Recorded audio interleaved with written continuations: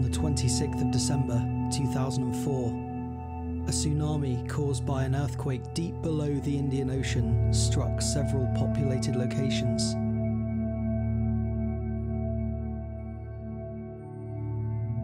The tsunami reached speeds of up to 500 miles per hour, or 800 kilometers per hour, and registered a magnitude of 9.1 to 9.3.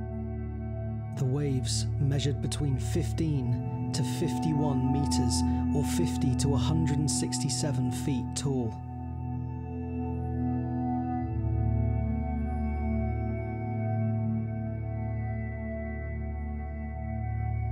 Almost 230,000 people died as a result of this natural disaster, with homes and families lost in a total of 14 different countries.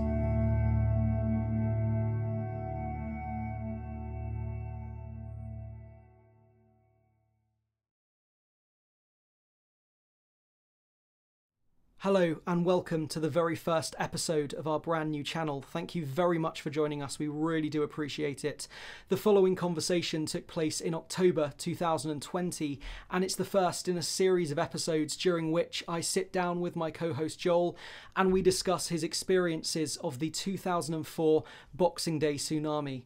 Joel was in Khao Lak in Thailand at the time of the tsunami, and this is very much his survivor's story. It's a first-hand, very detailed account of the events that took place on that day and beyond. We would like to thank Joel's father for providing us with the footage that you saw at the beginning of this episode and will continue to see throughout this series. I should also mention that the content does get fairly graphic at times during this conversation, so please do be aware of that before you continue with this video. Also, please do excuse any lapses in audio or visual quality. We don't have a budget. We did the best with the equipment we've got, but this is our very first video. Most importantly though, do enjoy the video. Please do let us know if you have any questions or you'd like to get in touch with us following this conversation. You can do that down below in the comments section. Don't forget to leave us a like if you did enjoy the video as well. We'll really appreciate that. Thank you very much for watching and enjoy. Can you pinpoint the beginning of your memory? You know, maybe talk a little bit about that. You know, where do we begin with this story? Yeah, well, I mean, of course, back in the day, in early 2000s, if you wanted to go for a long holiday somewhere in the Far East or anywhere, I mean, of course, there were many ways of doing it. You could have a package deal and whatnot. And obviously, I was living in Finland at the time with my parents. I'm the only child.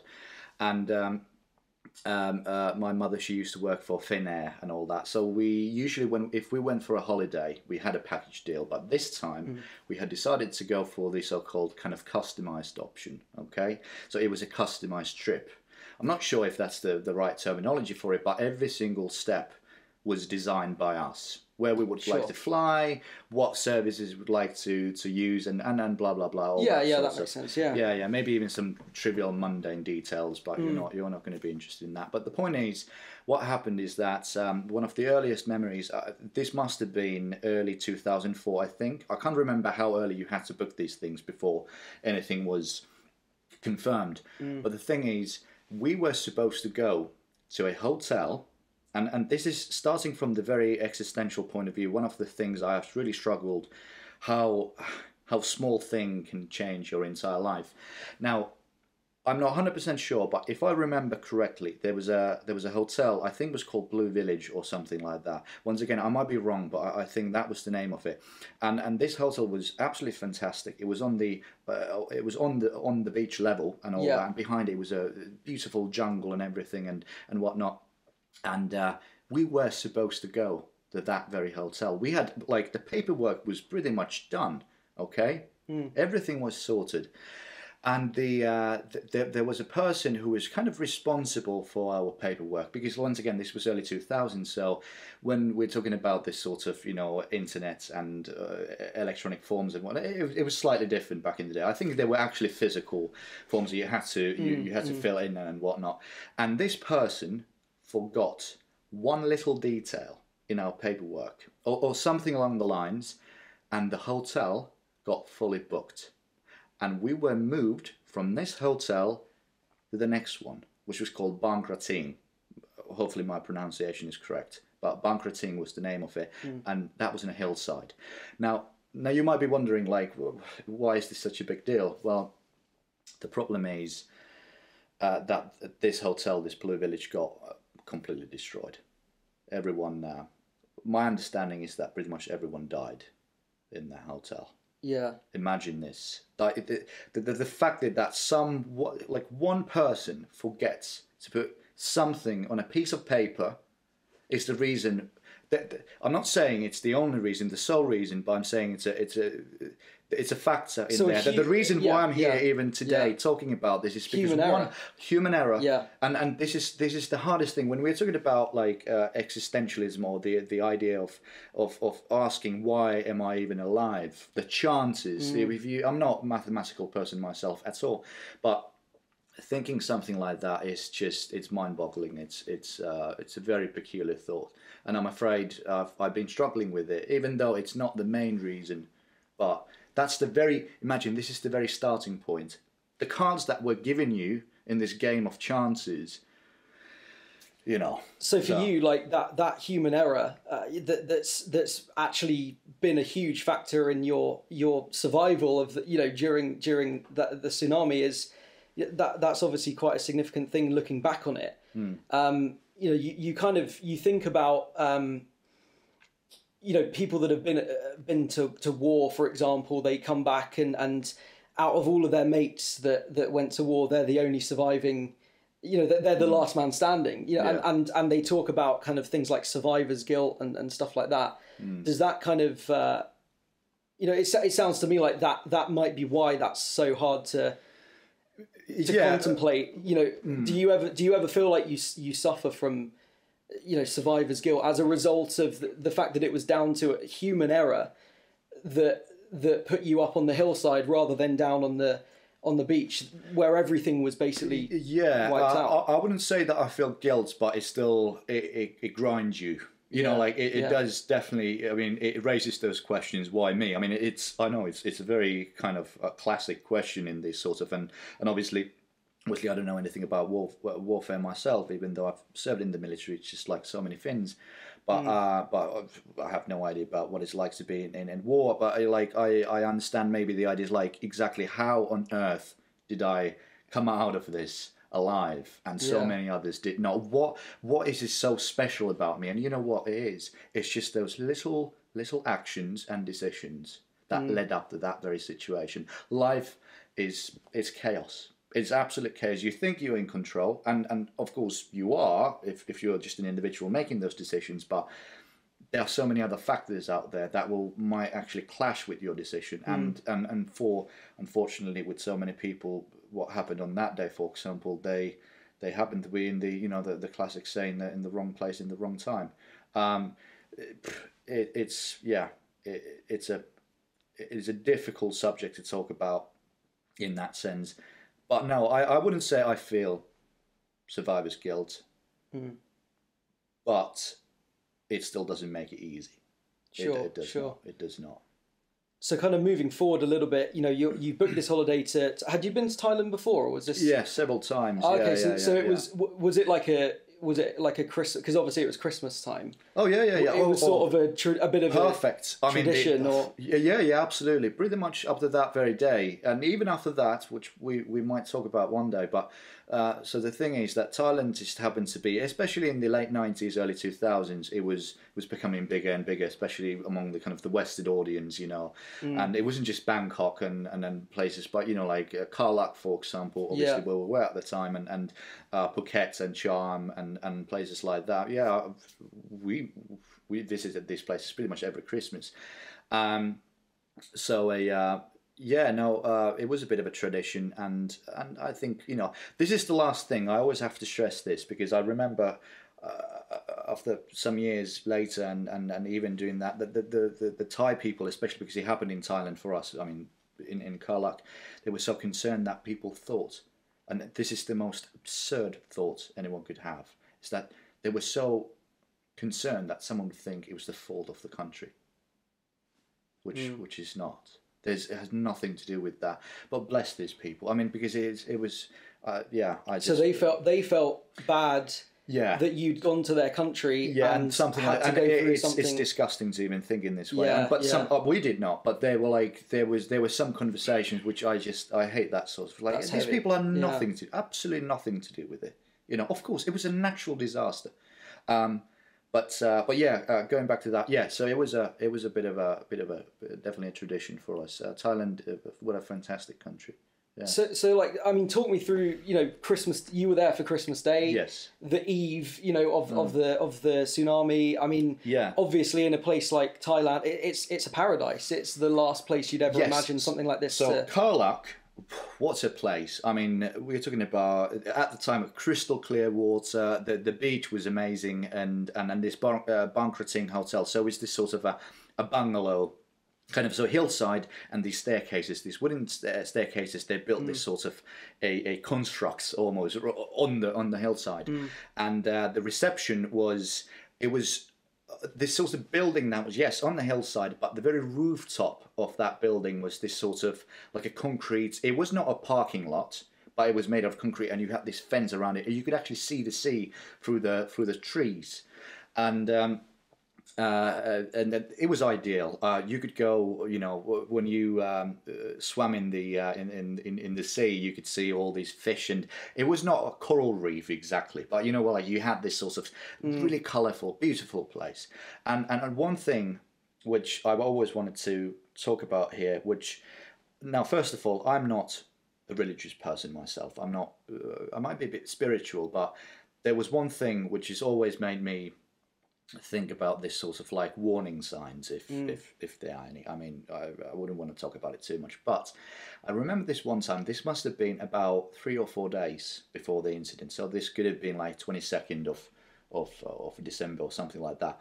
And I was snorkeling with my father, and something happened. Now I was swimming there, and these tingling, like it felt like something was spiking my skin. You know what I mean? Like this sort of, like almost like a wasp, like a wasp sting. It was stinging all the time, and it felt really uncomfortable. At first, we were thinking that jellyfish or something like that, but like not big ones, but like babies, because you could have the microscopic ones. Because I think around those areas, if you're coral reef, they might have their probably babies. Quite common, yeah. Sure. This is my assumption at least. But I remember saying this to my parents, because they have reminded me of this several times, that, Joel, we remember you saying, you said, I don't want to go to that sea anymore. You know what I mean? And I'm not saying that this was just a pure coincidence. You didn't want to go in the sea at all. In the actual sea. You know what I mean? I said, I want to avoid that now, because I wanted to go and swimming and, like enjoy. And now it feels so uncomfortable, because every time, like this, I think it happened at least twice. Not 3 times, but twice. And I felt like, there's something in there, so I don't want to go there. So I'm just, this is, I know it's thinking about these things, you go quite far out there and trying to analyse it. Like I said, I think it wasn't a sign, it was just a little detail there that I always wanted to mention, that as if there was a bit of a sign that don't go into the sea. It's simple as that. But understandably, something that would, for sure, play on your mind a little bit afterwards. Yeah, no, absolutely did, because I couldn't see anything. I was like, what are these feelings? They were just really, really like... like it was a proper, almost like not a wasp, but like a wasp sting or anything like that. But you get the idea. It's really uncomfortable. And I remember saying that, like, there's something in there. And my father, I think he said the same. It's like, there's something there. Like, we let's take a little break, because, you don't know. There were like huge fish in there. That beautiful place, of course. But yeah. So that was a few days before Christmas. So obviously you had Christmas Day there. Yeah, there was the Christmas night before. Eve. Obviously for us Finns, Christmas Eve is even bigger thing than Christmas Day. So we had kind of our presents, and we were enjoying. And then Christmas Day we had this. There was this sort of a little event actually on the concrete. This sort of area, which was the very rooftop, you could say, on top of where you were the staying, reception, exactly. And they had like people dancing there, having this show going on. We had wonderful food. It was a brilliant evening. I just remember it, and my father took all the footage as well, and it felt like a different life. You know, it just feels like, I'm not saying that, can you even say that you lost your innocence or anything like that, but it just felt that things were still kind of good, obviously, for so many of us who went through something like that. But when you look at those minutes, hours, days, even a week before a life-changing event occurs, you just look back to it and it feels really absurd. It feels really obscure. It feels something that was a different life, you know. Before it all changed for you. I mean, so you had Christmas Day, obviously Boxing Day, the 26th of December. Yeah. That was when the tsunami happened. It was early in the morning, right? It was kind of what time? What kind of time was? I can't remember myself because I never checked my my clock or anything, because I was late. This is how I think it was around 7 or 8 o'clock in the morning, if I remember correctly. Sure. But the point is now, because my parents, they always woke up a lot earlier than I did, so maybe like 45 minutes before I did, and they had gone down to the beach. So they were already on the beach and just probably enjoying their day, and they were already probably wondering what was going on in there. And I'm going to get to that in just in a minute.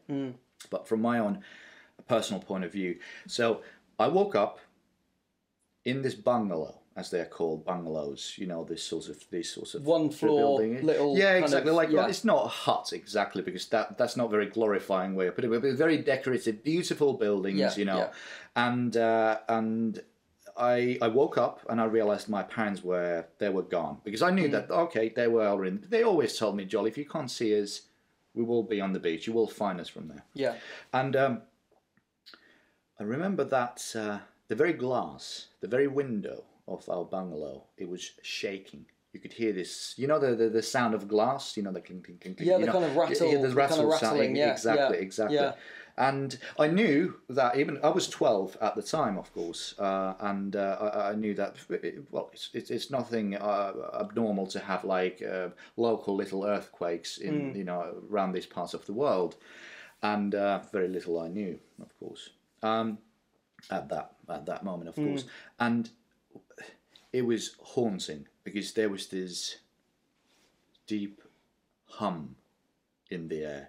It's almost like it's really difficult to describe what the sound is like. It's this sort of it's almost like you are kind of somewhere very deep inside the earth. This sort of harrowing, this sort of it was quite a eerie, deep boom, you could say.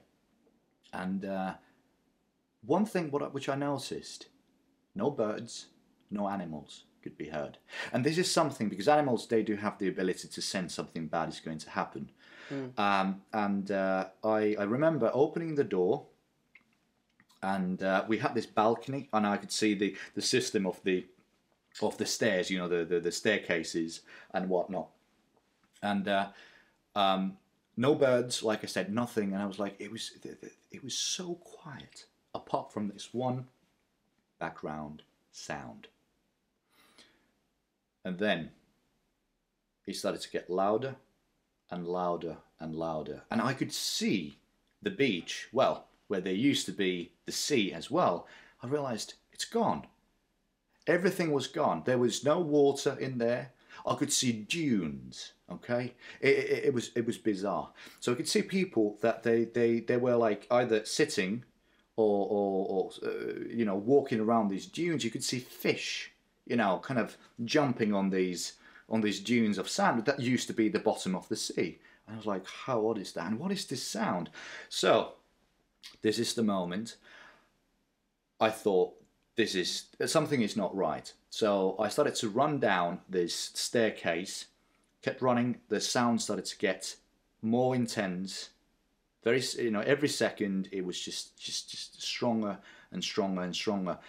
And I can see my parents by the end of the staircase, and other people as well, if I remember correctly, because you have to remember there's a lot of adrenaline in your blood at the very second. So memories get a bit hazy. And they are running towards me, and they are shouting, "No, Joel, go up, go up." And then I could see it. The entire sea was coming back. And now this is something which I always say. People always imagine that tsunami is some sort of wave. You know, those cartoon waves with surfers and whatnot, like, you know, the crystal clear blue. It's nothing like that. Yeah. It's just the mass of water. It's almost like you pour paint on your floor, and it just moves. It's this mass of water, and it was brown in color because it was almost like this mincing everything, you know, underneath it, because obviously tsunami moves in the bottom of the sea, and when it emerges, then there's no way, but the speed, the velocity is incredible. You think you can run away from it, you can escape, but you can't. And luckily, now going back to that fact, you know, when I was talking about the hotels, the other hotel where we're supposed to go was on the beach level. Everyone, what I've understood, everyone died from there. The hotel, Bankratine, happened to be on the hillside, so we had the opportunity to run up the stairs, obviously. I was on this platform, seeing my parents, other people. They caught up, and they said, Joe, keep running up. We kept running, and there was a massive explosion behind us. And shrapnels of wood was just flying in the air. And that was it. That was the start of these events, you could say. We barely missed it. We so barely missed it. And because you could see the stairs where we used to stand only a few seconds ago. Oh, gone. Everything was gone. It's hard to think that just because of the right decisions and actions, getting so close to something like that, and then somehow you were lucky enough to avoid it. So that happened, and we kept running up this system of stairs, and we reached kind of the mid-level of it. And I remember there was a gentleman. He reached the other platform. He still had his swimming trunks on, and he was definitely from Germany because he was swearing in German. Okay, I knew a few German swear words. I mean, he doesn't. Yeah, exactly, yeah.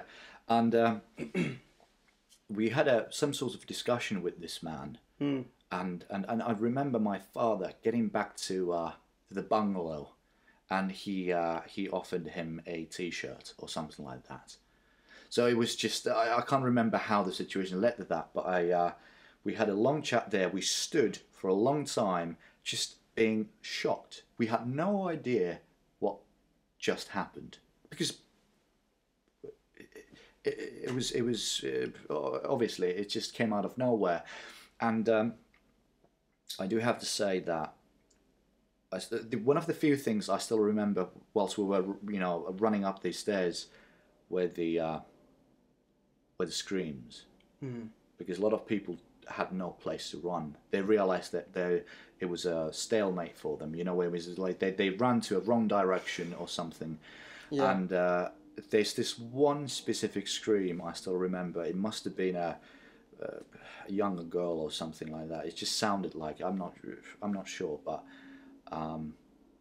that sound still kind of, I don't know why it still kind of haunts me in that sense, because it just, we could have been, we could have run to a wrong direction, or I could have seen my parents not reaching the stairs and me being the only one. You know what I mean? And I would have never seen my parents again. Imagine. I mean, surely there were people who were unlucky enough to actually see that and be in that situation. Oh, I'm afraid too many. And I'm, you know, and this is the thing, you know. I've heard so many stories that there was only one family member. You know, like there was a family of, let's say, 3 or 4 people, even 5 or 6. That's just about the worst thing. Like only one person survived, and it's a terrifying thought. And you know, sometimes you just, you know, it was just pure luck. So we stayed there for a while, and we obviously realized that our bungalow survived this because it was all the way. It was kind of, you know, on this side, so the waves never reached. So I was going to ask you, actually, when you said your dad went back to get the shirt for the German man. Yeah. So where you were staying, if you'd have, say for example, you hadn't have woken up when you did, your parents obviously would, you know, they were they sensed what was happening, and they ran up the hill, and they managed to escape it. If you'd have been in the bungalow, hadn't have woken up when you did, hadn't have, you know, seen your parents frantically running, what would have happened to you then? Was the bungalow? Would you have survived that? Yes, that was quite high up. So you would have been, you would have been okay if you'd have even run back to the bungalow. But this for safety. is at the same time, you know, the thought about why if something had happened to my parents, then I would wake up that there's chaos outside, and I would have never found my parents. You know, like these are thoughts that one really shouldn't have in that sense, but it happened, and luckily, you know, for us, I can only speak from this subjective point of view, of course. We, all of us three, we came together, we ran, and we managed to dodge the bullet, so to speak. Were you looking? So as you were running up the hill, were you looking back? You know, so you were very much aware of what. Oh yeah, I had seen the entire. Yeah. Because I could see that, like, from it was quite an interesting spot. You could see also down to the beach in the north. Because I've checked the geography of the area, you know, earlier. I just wanted to see where is the actual the hotel, and it's still running and all that, and bless these people for that. Because that shore, or the shoreline, so to speak, the coastline, I mean, it's long. I mean, obviously, we're talking about the western shores of Thailand and all that.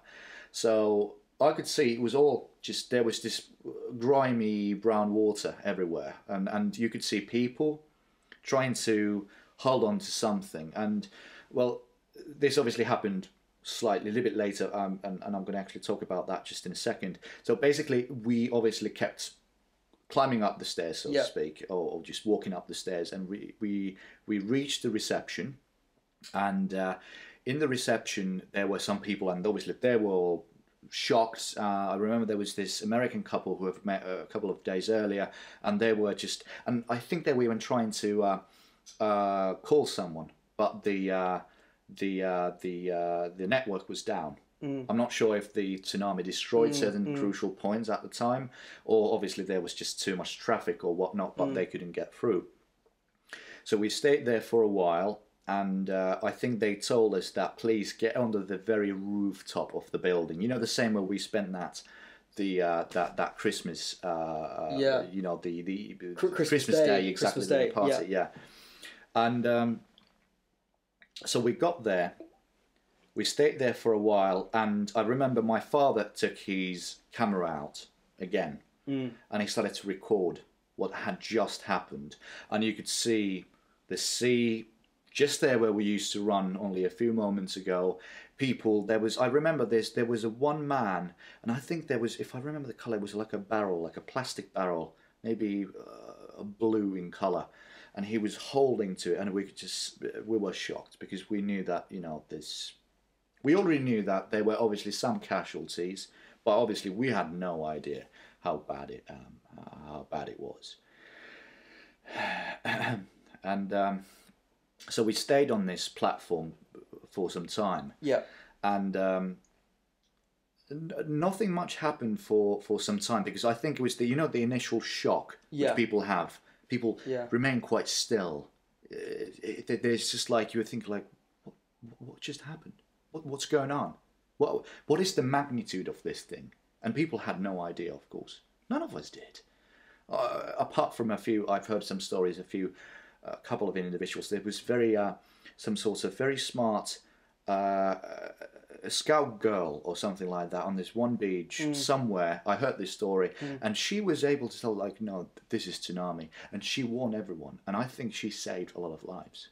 She was on the beach. Yeah. Like, not in. I'm not sure if this happened in Khao Lak, but she was really, she knew about these sorts of stuff, and she was able to warn people. So there were only very few individuals, who had any idea. Or so there was no warning. No, nothing. Sometimes you hear nothing. Like, oh, there's a predicted earthquake, or this, that, or the other. There's nothing. So there was absolutely because the earthquake no one had any happened idea. In the bottom of the sea, so many miles away. I mean, I got to say, I don't remember the numbers. Is it hundreds of miles, or if it's even more than that?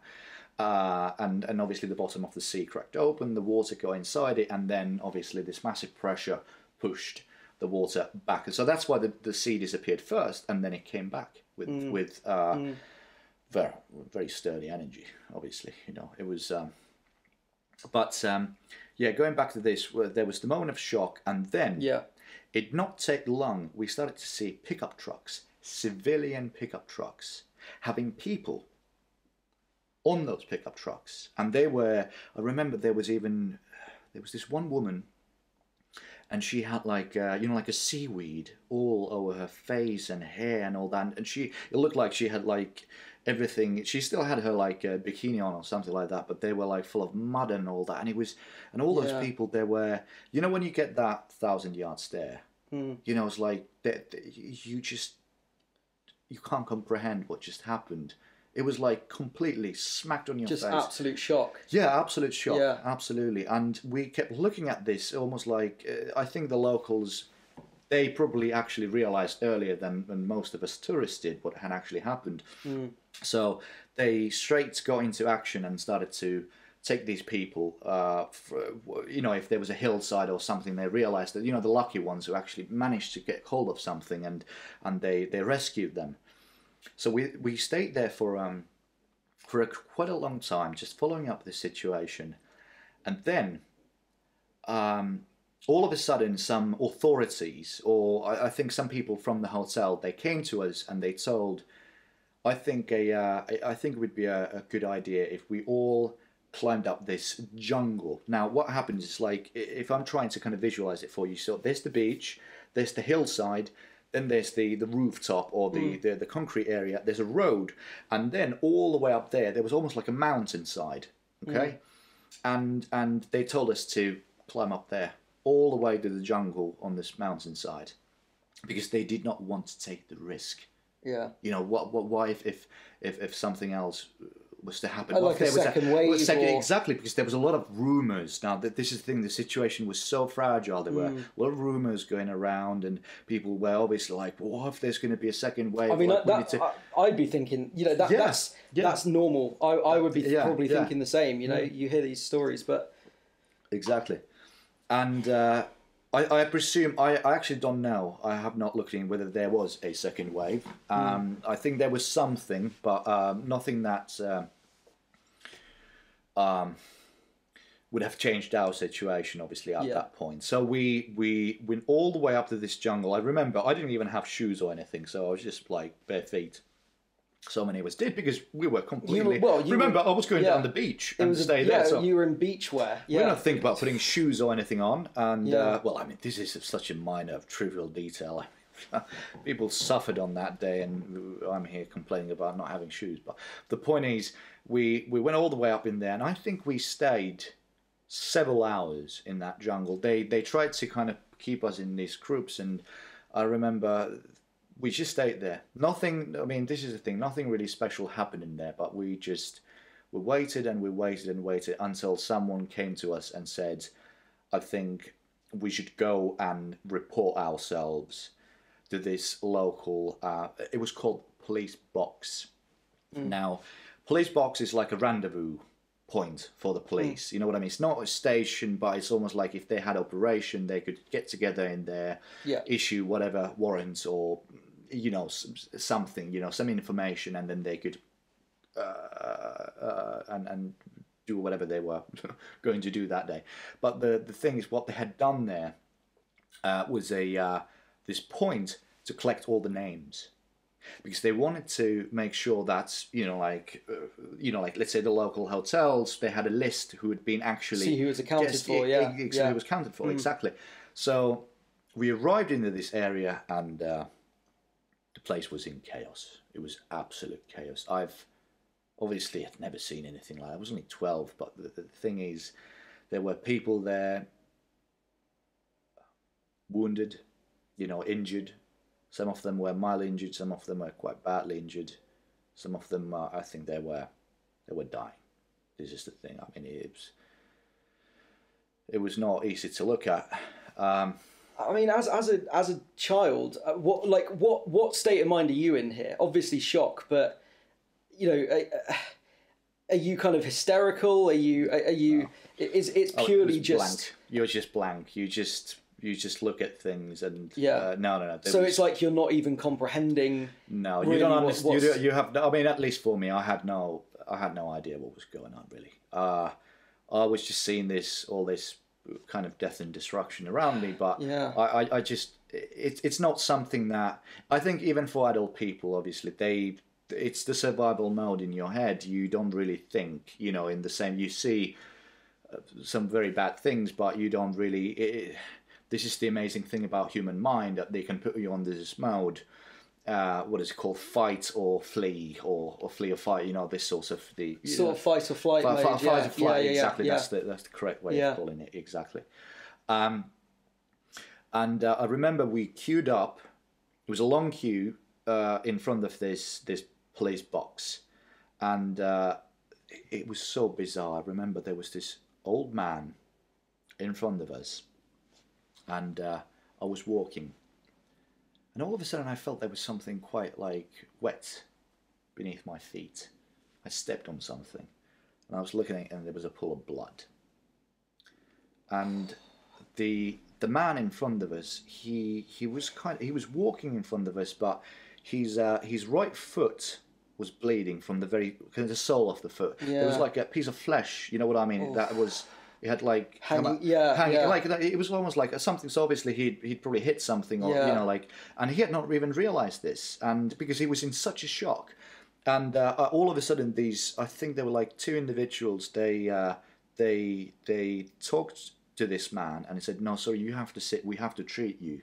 There were some locals. I mean, these were not even some professional nurses or anything. Well, who knows? They could have been, but they're just civilians. They had their civvies on. Exactly. Yeah.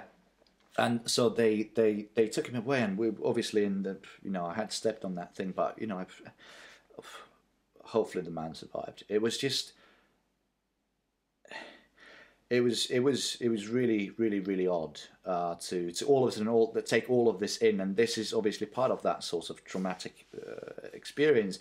Now, we did give our names eventually, and we stayed in the area for a while. I even remember that we went kind of aside from the police box. There was this sort of station next to it, and this one American lady, she came to us. And the interesting thing is that I don't know how this happened, but she said something like, "We've met a man. He's naked. He has no idea what's going on, what's happening, but the language he's speaking is so bizarre, so odd, that he must be some from the Nordic countries, like a Finn." I was like, "Well, we're Finns." So we went to see this man. At first, someone had given him a towel around his kind of private part and all that, and he was smoking a cigarette in there, and I remember him telling a story that he was in his room. He was not in the same hotel as we were. I think he must have been in some other hotels or something like that, another hotel. And if I remember correctly, I might be wrong now, but because we met so many people on that day, but I think he said something along the lines of, "The reason why I survived is because he managed to jump in between like two beds and a wall, and he stayed there. And when the wave came, it kind of the wall stood up, but everything else was just blasted. And two of his friends they're gone." I said and I remember him saying, "I have no idea if these if my friends are alive. I have no idea, And that's the worst, because being oblivious or being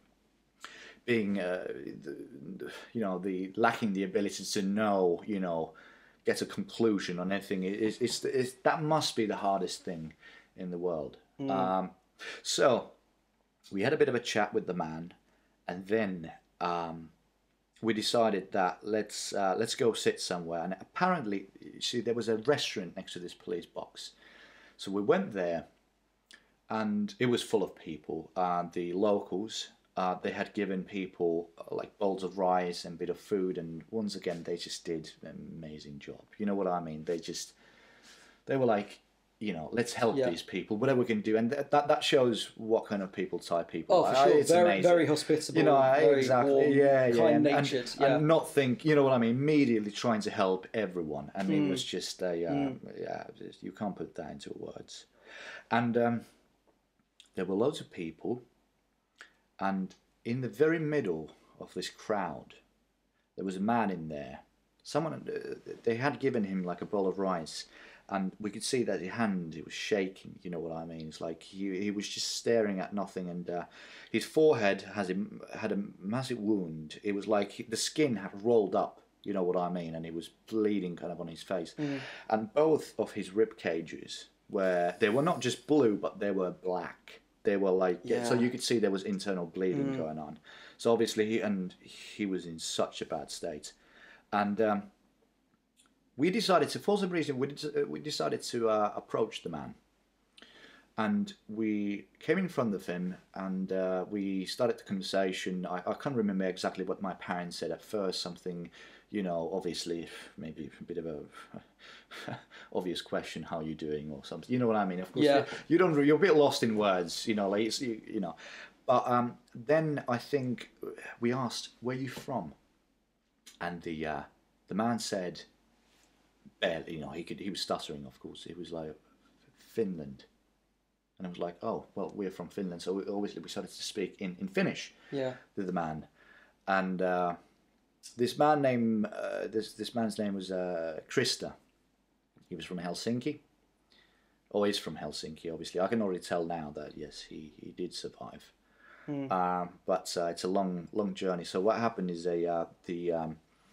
he'd gone through a very harsh journey. He obviously got caught by the wave, and he had lost his entire family as well. He had no idea where they were, and he had stayed on this dune of sand for ages, even after the wave. And this was a thing, you know, like he thought he would just die, not because of the wounds, but because of you didn't have water. You know, you were so dehydrated, and someone managed to actually pick him up from there, and then they took him into this restaurant where we obviously met, and we had a bit of a conversation, tried to get kind of a bit more further information out of this man, and we decided to take him back to the police box from the restaurant and put him on this sofa. This was leather sofa, and we laid him on there, and he was in such a pain. I remember it was really hard to watch. It was because the problem is with internal bleeding is that you don't know how serious it is. I mean, you can see from the colour in the skin,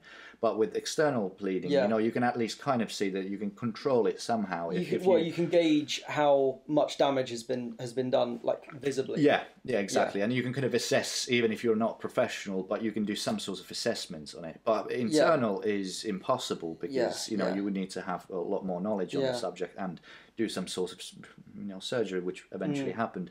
But I remember him just laying on the sofa, and he was crying, and my father, I mean, he held his hand, and I just sat next to both of these men and just seeing, like, as a child, something like that. And because he was explaining that I got kids, and it was really hard to watch, you know, because I mean, I can say this now. He told us later that I thought I was done. I thought I was going to die, and well, luckily he did not. But so what happened? We kept kind of, you know, in this bit of company. You know, we wanted to keep company to him and all that, and we were trying to get, like, please, there's a man in here, you know, who he needs, you know, immediately medical attention. It was obviously easy thing to say because there were so many others, but obviously we just happened to be and next to the man, and eventually, well, I can remember, I think now we're already talking about this sort of afternoon time. So remember the several hours, because we stayed in the jungle for several hours as well, and more pickup trucks appeared, and they were like, because obviously the authorities did not have the resources. They just simply did not. The police, the military, nothing. I remember some military pressings. I mean, several days before this happened, there was this military boat, you know, far out in the open sea, which I'll have to talk about that, because the same boat was far. We saw that on a rice field. much later. Yeah. Really? Yeah.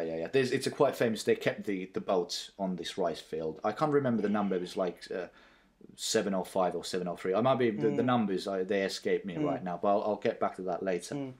But the authorities they didn't have control of the situation. Understandably so. There was no. What could you do? All of a sudden, hundreds of thousands of people dead.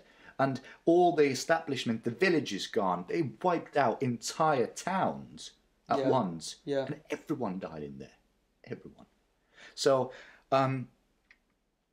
now we are there. The pickup trucks have arrived. And I remember my mother, she was like, we need to get you in this because the column of these vehicles, it was about to take them to inland towards these hospitals. So she took a piece of paper, and she wrote down, I think, her name and telephone number because she knew like we're both, we're from Finland, so that was fairly easy thing. And she put them inside his swimming trunks because that was kind of the only place. The injured man. The injured man, Krista's swimming trunks, and so you had to leave him. Yeah, we had to leave. We carried him. Yeah. In next to this column of vehicles and said, this man needs immediate medical attention. I mean, obviously they could see that. It was not like, you know what I mean? It's like, well, they could see the state of the man. Yeah. So we helped him to get into the kind of the back of this pickup truck, and this column started to move and took him and many others away who were very badly injured. And at that time, we were like, I remember, we didn't think about it at the time. We were thinking whether we're going to see the man again. Yeah. Because it was bad, and we saw so many others who were in such a state. Hopefully, they all survived. So now that was pretty much kind of the afternoon, and we stayed there for a little bit longer, being still kind of in this shock.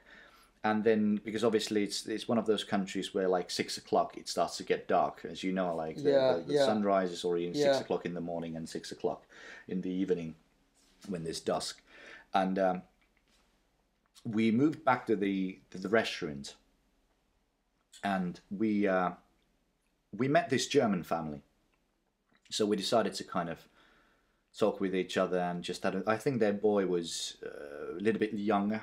He must have been like 8 or 9. I mean, like I said, I was 12 at the time, and my father and their father got along. They were just probably trying to take the thoughts away from this situation for a while, and our mothers, they were talking and on all that, and so we spent that evening together, had a bit more food and all that, and it was when the darkness came, the dark, the uncertainty just kind of grew, you know what I mean? When you're in this darkness, because majority of the lights were gone as well.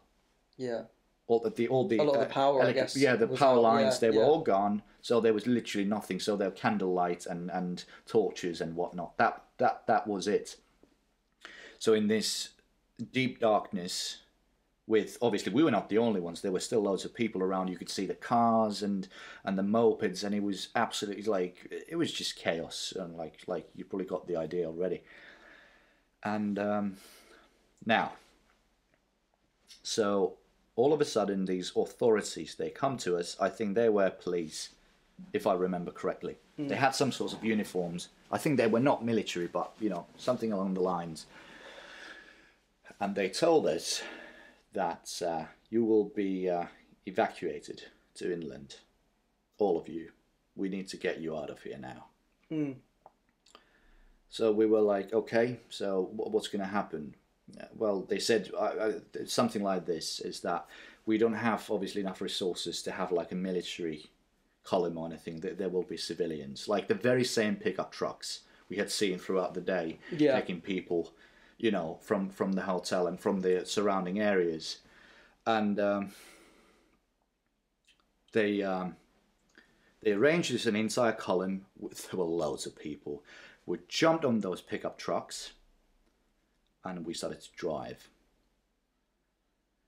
And the road from the hillside, it started to go down off this hillside and reach the jungle level.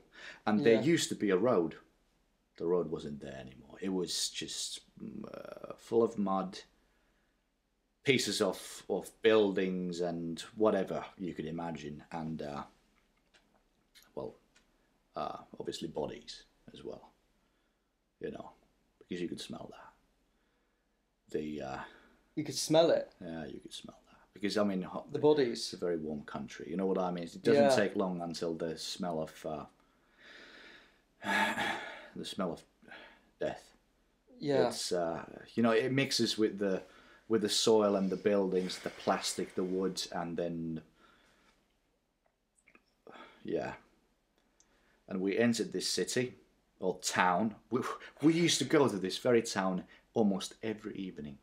All the restaurants, all the buildings that we used to look at only a few days before, everything gone. It was absolute darkness. There was nothing than this muddy road on both sides, the village or the town that used to be there, and just there was just nothing else there. The only lights we had was the lights of the cars, the pickup trucks, the vehicles, obviously, the front lights. So you can imagine the atmosphere. You're on the beach level now. So you're in these trucks. You're driving down towards where basically the worst. Yeah. The absolute carnage. Yeah. Yeah. And I'm guessing. Yeah. You're able to see all of this pretty clearly. Yeah. So they're not like they haven't. What you could see in the lights of the cars, but like I said, it did not leave. You didn't have to use much imagination to look into the dark and smell it at the same time. And now this is the thing. So we kept driving this entire column, and I remember my mother. She was squeezing me so hard because we knew that we were on the same level with why if there's going to be a second wave, and my father and there were some other people on the same pickup truck. All of a sudden, we stopped. Okay, we had to stop. We had no idea why. Something had happened, and all of a sudden, a message came from the very front, from the first vehicle, saying there's another column that's going to be in front of us, and there was someone from the royal Thai family who had died in this incident. So they were moving his body and something. And obviously we got really nervous. Imagine being there in the middle of this darkness on the same level, and imagine what if there's going to be a second wave, we're going to get wiped out. All of us. You're right. You start to really, and the darkness doesn't help it because and the smell and anything. It was that moment was really bad, but. This is one of the most touching moments for myself in this entire incident is that we stood still, and from our right side, old man appeared. Okay, he was definitely a local man. He was just barely walking towards us, and we all looked at him. He looked at us, and. Could see from his face that he was lost. He'd probably lost his entire family. Okay, and he looked at me, my mother, my father, and everyone in there, and you know what he said? He said, "I'm sorry."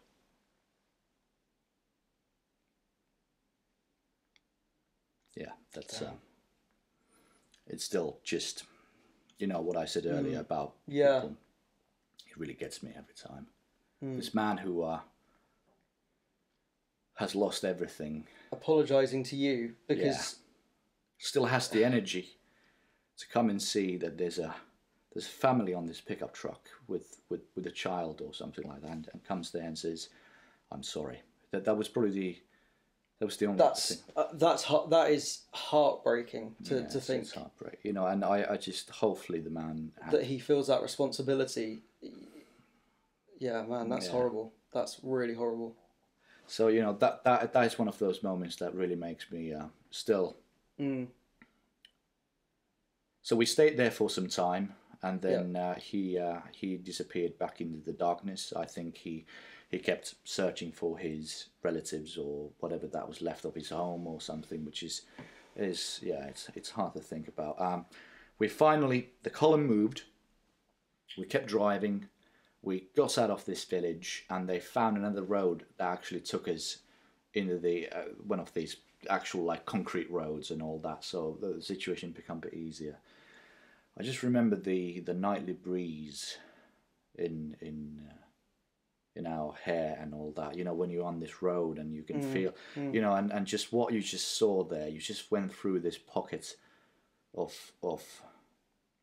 earthly hell, kind of. You know, it's probably not the right word of saying it, but you know what happened.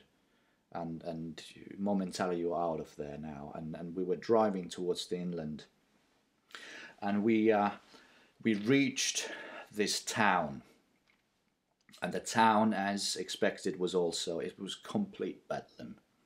It was the disarray, the chaos. I mean, I don't know even how to describe it, but we drove past this massive hospital, and you could see every single window in that hospital. They were lit. You could see that there was action going on. Very front, the front yard, the courtyard of the building was full of people who were being treated, or at least something was going on, and it was obviously quite a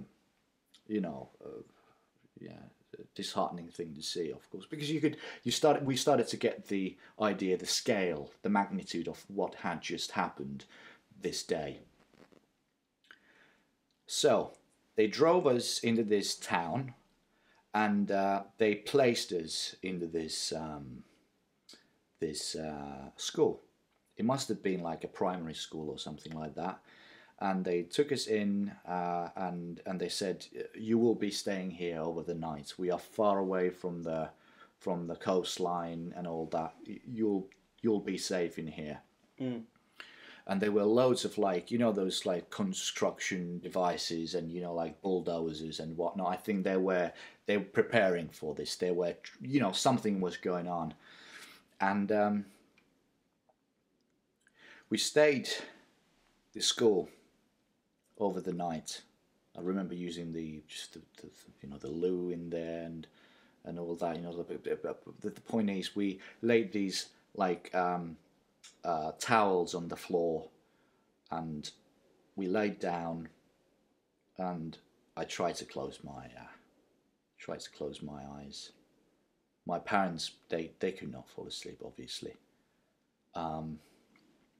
There was a Norwegian couple next to us, I remember, because we was like, "Oh, you're from Nordic countries as well." I mean, some sort of conversation was, but what happened at this school, we met some other individuals as well. One man who was also, I think, from Finland, he definitely had lost everyone. He'd lost everyone. You could see from the man's eyes, they were so hollow. And you know what? Once again, this man came to me and asked, "How am I doing? How are you?" He was, when you have, someone like that, like you just lost everything, and you are more concerned about other people around you. That just tells something about what kind of person you are. It's just, I mean, it's interesting how you. I'm imagining as a kid, the things that are affecting you the most are the things you're seeing. You're driving past dead bodies. You're smelling, as you said, as you just kind of described, this smell of death, and that's probably what's overwhelming you at the time. But in reflection, it seems like the things that really stand out to you are probably things that wouldn't really have occurred to you as a kid. As I'm assuming as a kid, you weren't. This is as an adult man looking back at this, the thing that is kind of the most painful is the way that there were these people that had lost everything. Yet their main concern was this poor child has. You weren't kind of physically injured or the minor scratches, nothing worth mentioning. Yeah, and yet they're taking the time to to come up to you and well, exactly, and that's it's like I have to say, and how media treated this thing, like the amount they talked about the tourists, the people who died in there, all the Finns or the Swedes or the Brits or the Germans or the Americans or whatever, but about the locals, not that much. Yeah, this is I've always been a bit disgusted about that. It was only relevant for the Western media because of our people died in there. There were lots of Finns, right? Lots of Finns. Lots of Finns. And this is something I just never. But of course, more locals. The locals, than they gave, and then you know what? They gave everything. Yeah. They literally held people from the very point. They did everything, and then you have men like that one old man in the village coming to us and apologizing. It's just,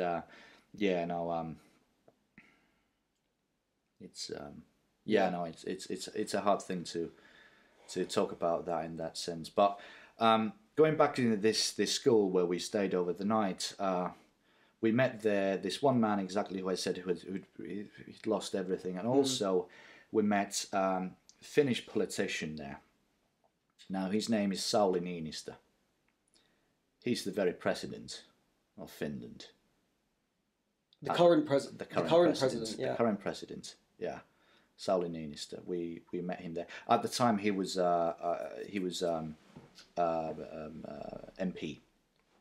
He was minister of the parliament at the time. Yeah. And we had a long chat with him. He, I didn't in particular, but my parents did. Because your president was there. The current president of Finland. Current president was there in the same school and where we evacuated, and obviously because we could recognize him immediately. He was a very well-known politician already at the time, and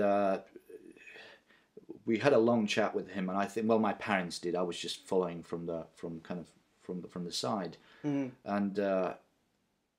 Like I said, it would be interesting to have a little chat with him one day. I know he's a busy man. He's the president, of Finland. But we met him there, and he went through a really, really hard time as well.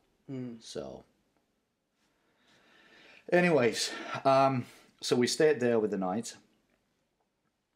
I managed to fall asleep for a very short time. And all of a sudden, this massive sound, this sound of like something falling just woke me up. And one of those bulldozers was moving some sand or something around, and it sounded exactly like the sound. This shrieking sound of, imagine if you're waking up from almost like a bad night, like a really awful nightmare. Bam, you all of a sudden, you're back in the moment. Excuse me. And I remember my heart was pounding, and my parents were like, no, that's fine. Don't worry about it. It was getting towards morning already. Yeah. You could see the sunlight, that sort of, and the column returned, okay? They had all the vehicles there, and they told us, we will take you back to the hotel. You will get all of whatever possessions you have left, because they didn't know some of those people, they lost everything. Like when I mean possessions, not lives. I'm saying like their bungalows were on certain levels in there. Then the tsunami destroyed all of them, and so we jumped again on those pickup trucks. But now what happened? We got separated. Well, I got separated from my parents. They were placed in a car in front of me, and I was placed in a car which was just behind it. Just behind, yeah. And the German family was there with me, at least, because they said, please take care of my son. So this is the first time you've been separated from your parents since this happened? Yeah, and I remember my mother saying very clearly, Joel, don't look. Whatever you do, don't look. I didn't really think what was she supposed to mean by that. Of course, because it's daylight. Yeah, but I did. But you know what I mean. I didn't really. As a kid, I wasn't. Trying to think in some sort of way. But so we were on those pickup trucks. We started to drive, and we made our way back the same it was the same journey. And this is the this is the part which it was that village, that town. That was it. So we reached the borders of the village. This muddy road had been opened up over the night by some people, maybe some workers, some military people, and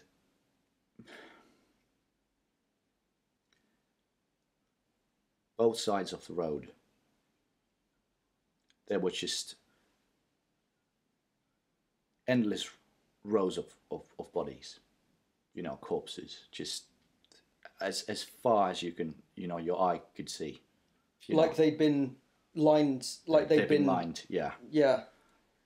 And now I could understand, well, God. Later I could understand why my mother said, don't look. Yeah. But you know what? Of course I did look. Yeah. I kept staring at, from the window, this entire lane of death. I'm not saying I can remember all their faces, but most of their faces I can remember. And the bodies were, like I said, some of them didn't have heads, limbs. They were all bloated because they had all the water had gone inside their body, and you just had the entire landscape. It was just full of them, you could say. And you're obviously still in shock looking at this, so you're not. I mean, I've kind of already asked you this question, but how are you reacting to that? You know, what does that feel like as a kid? You know, what are you thinking? What's going through your mind? Are you nothing? Just blankness. Nothing. This is the thing, people. You know, like it just there's absolutely nothing going through your mind. I think that is something in the coding of human being. You know, if that makes sense. You know, it just it helps you to get through.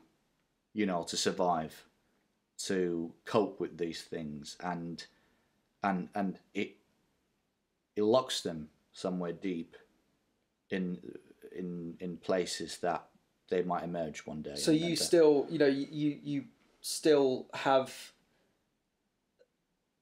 I don't know if I should call them flashback, but do you still kind of have moments where you're almost drawn back to that moment, or are there triggers or things that you notice now in everyday life? There are certain certain smells definitely, and that sort of moments. But obviously, a natural disaster like that, in your ordinary life, you have very few triggers that could really, you know, like naturally. Yeah. But like that's why in the summertime I always have to take the bins out all the time, because I don't want to have the smell of meat. If there's any meat left in the bin, even something like that, you know, it's this sort of orange, like brown smell in the back of your head when you get the smell of the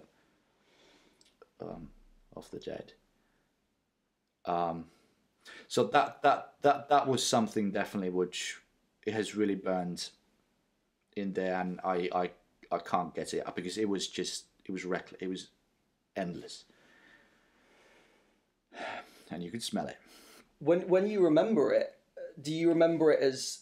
Have you got like images in your mind, or is it almost like a video of, you know? It's like can you relive that journey, or is it more like there are specific things you saw? Most of it that were just, you know, so much, you know, as awful as you could ever imagine. Yeah, most of it. Most of it. Like I remember, like there's one I remember. There was a man with blue swimming trunks, and they had put something on his nose as well.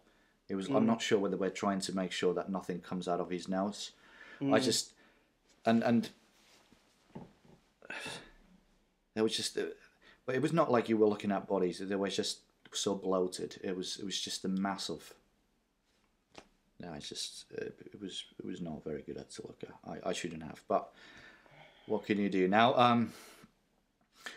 We finally got through this village, which felt like obviously a long time. And we reached back to the hotel. I remember getting off the pickup trucks and my parents, and they said that you should go now and take all of your possessions, because the idea is that we'll move you to the airport. Okay. And I can't remember which airport that was. I think it could have been the Phuket airport. I might be right. The charm is in different direction if I remember correctly. But one of the airports that was south from Khao Lak, either way. And we went to the bungalow. We packed up everything that we had. We took them back, and I remember I puked. I had held that inside my stomach for some. Obviously we hadn't slept for some time, and then it came out. And this time we got another. I think there were different sets of cars that started to drive us towards the airport. Now, nothing really happened during this journey to the airport. Of course, the airport was in absolute chaos. Everyone tried to get out of the country, of course, at the time. Of course, yeah. And we had to stay there for a long time. They even placed some of us in these lounge rooms that usually would cost a lot of money. But we opened the TV, and every single channel you checked was all about this event. So you can't even escape it. No. But obviously, I think we didn't really pay attention to it. We had some food and some drinks, but then my parents were like, we really need to get out of this country right now. Well, we were not the only ones. And we went to the office, and I think my parents had a long chat with these people. They said that there's literally nothing, but this is really difficult to get you out of this country. But then I remember my parents, they kind of invited me into the office, like, look, we have a child, please let us go home. And what happened is that I think Finnair, so in other words Finnish Airways, they had sent obviously extra flights and all that there to pick up people, and we got in one of those apparently. And I have to say, those memories now at the airport and whatnot, they are not that sort of relevant in terms of any of this experience. But I remember when we got inside the airplane, and we saw Sauli Niinistö once again, the obviously the current president, and we just waved at him. We were glad to see him, that he was alright as well, and many others. But there were a few other faces that we'd met, but we had no idea about Krista at this point, the man who we attended to and whatnot. Now the very last sight which I had is that my mother, I think she was on my right, my father was on my left, and we had the window open, and you could see 2 military airplanes on the field, and there were just endless rows of coffins. You know, those metallic coffins, you know, that sort of. And then I looked at it, I closed my eyes, and that was it. That's the very end of it. Next time when I woke up, my eyes were we were approaching Helsinki Vantaa Airport. I mean, that last journey, and you, whilst you're in the airport and getting onto the plane, I mean, what you say, you said it's sort of not relevant to the story as much, but I'm interested to know, what are your parents saying to you?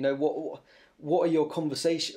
Are they silent? Are they constantly reassuring you? Are they trying to distract you? Yeah, the interesting thing is I actually don't remember much of the conversation. You can't remember, This is the odd thing about when you go through something like that, conversations get really blurred. I don't really remember. I only remember words here and there, but I don't really remember specific conversations. And I think it has something to do with your brain. Your brain is more focused on the action and the survival side of things rather than what people say to you. Like you will listen, but you won't remember after this. So you weren't as aware of really what your parents were thinking, or how they were acting. Much. They were taking care of me all the time. Yeah. Trust me, they were extremely protective. Absolutely, like But I don't remember. I don't remember anything what they said to me. I generally don't.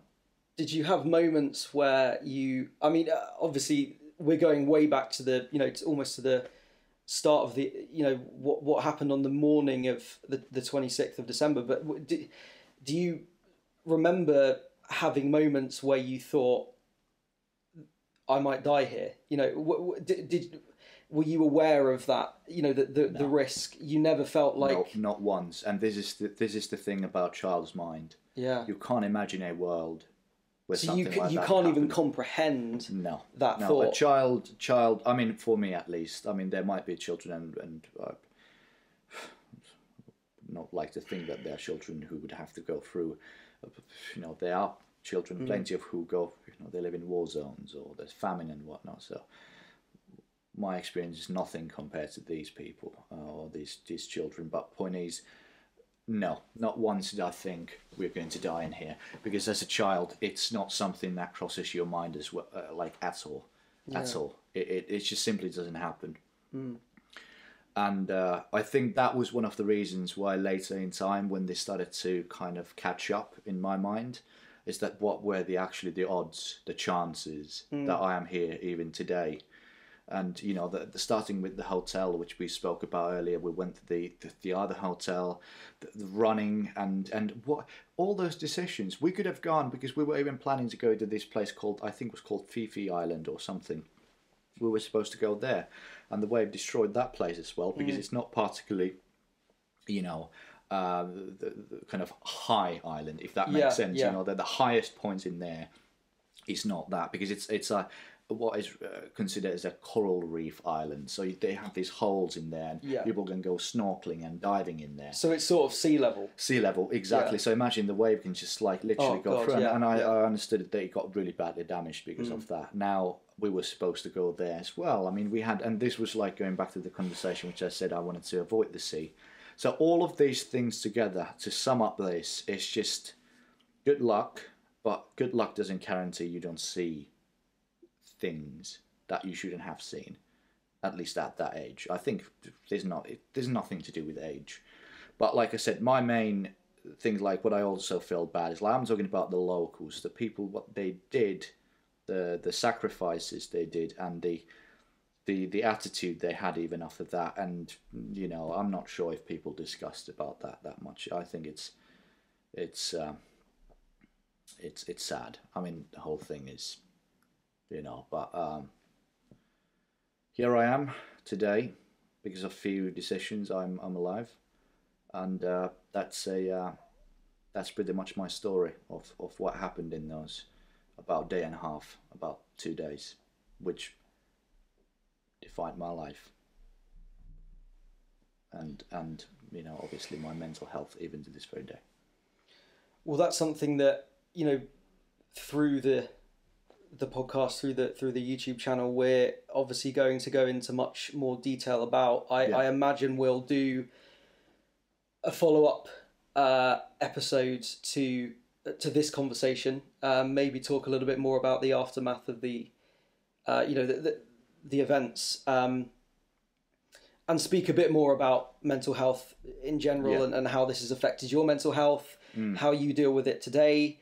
The support you received, because I'm interested to know about the support you received when you're back in Finland, as a going back to school, going back into the local community, what was kind of the level of support you were getting, and how that's affected your mental health today, and a comparison between that and the kind of, I suppose, support you're getting still to this day. So that's something I'm definitely interested in talking about, and hopefully we'll do another chat. Absolutely. So definitely, we want to focus on the existential side of things, and trauma, possible PTSD, anxiety, things like that you might feel regardless of your past.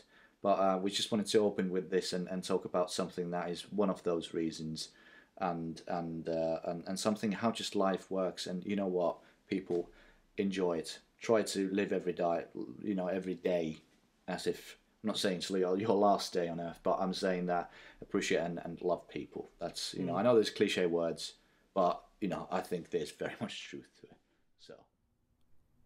Hello, me again. Thank you very much for watching our video. We really do hope you enjoyed that and found it interesting. If you do have any questions you'd like to ask us, please leave those in the comments section below. If you did enjoy the video, you can give us a thumbs up.